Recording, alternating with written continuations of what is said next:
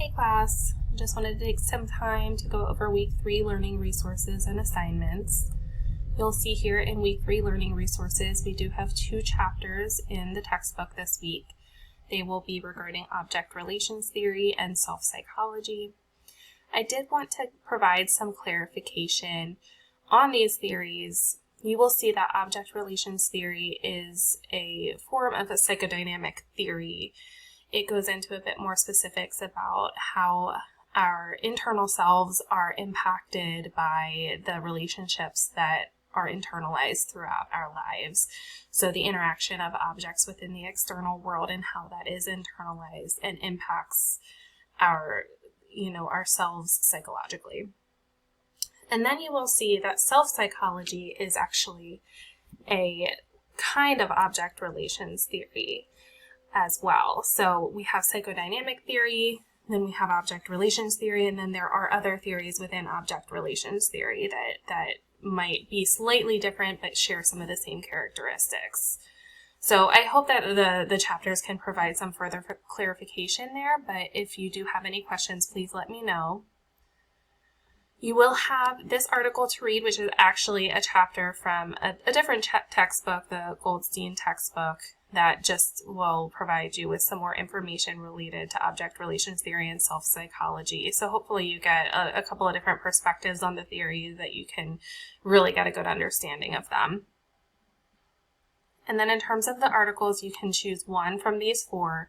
As I typically say, you try to pick something that you think that might further your learning rather than something that just generally interests you, just so that you can get a wide array of different kinds of information.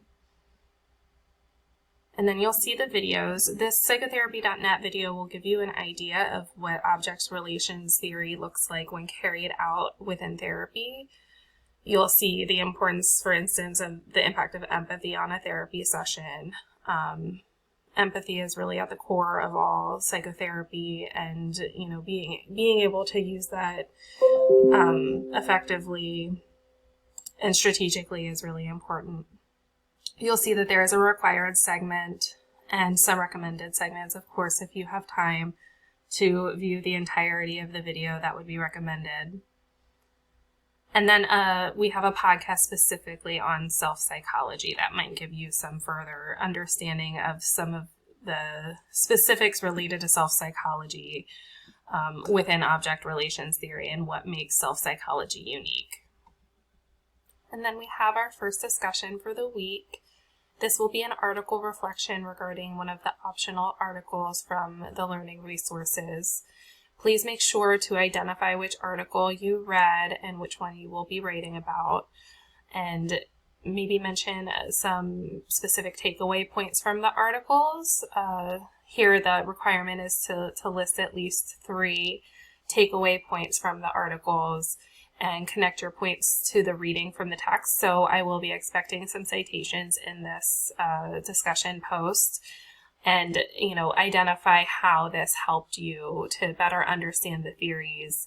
So when looking at the readings from the text, I'm talking about either the textbook, your textbook for the course, or that Goldstein chapter, or both, because both of those just give different perspectives and, can further your understanding of object relations and self-psychology. You will be required to respond to at least one classmate who read a specifically different article from you, so that this is where, you might get a little bit more understanding of the theories through some of the different articles that you didn't read. Just discuss how their views might have differed from your own, or how it may have helped you learn more about the theories. For your second discussion this week, you will be required to read the case example of Sheila, which I have pulled up here. You just click on this link. Please read through the description regarding Sheila so that you have an understanding of what her experience has been, what her family life has been like, what stressors have been presented throughout her life, and what her symptoms are. And then you'll see here the requirements for the discussion. I just want a conceptualization of the case, so essentially an assessment why you think that she is the way that she is, why you think she might be experiencing those symptoms, and connect it to one of the psychodynamic theories that we have reviewed so far, which are listed here. So the two that we learned about this week, object relations and self-psychology, could be relevant here, or ego psychology. Again, you will be required to have citations for this discussion, as you're going to be referencing material from the learning resources to support your assessment. Again, I want to clarify that this is specifically going to be an assessment that is related to either any of these theories that have been learned in this course so far. And then you are required to respond to at least one classmate. As usual, point out some things that maybe furthered your learning, or some things that you found similar or different about your conceptualization of Sheila. You'll see that, in reading some of your classmates' posts, any one person may have some different views of what's happening in the case. Or there might be some similarities since you're all using similar theories, but one person might pick up something that maybe you hadn't, and it can just further your understanding of what's going on. This is similar to how you might, when you are in the clinical world, you might consult with other clinicians or with your supervisor, and it can just give you a more wide array of points and understanding of any one person. And no matter where you are in your career, that kind of consultation is really important. So that's all we have for the week. If you do have any questions, feel free to message me on Canvas, and I hope you all have a great week.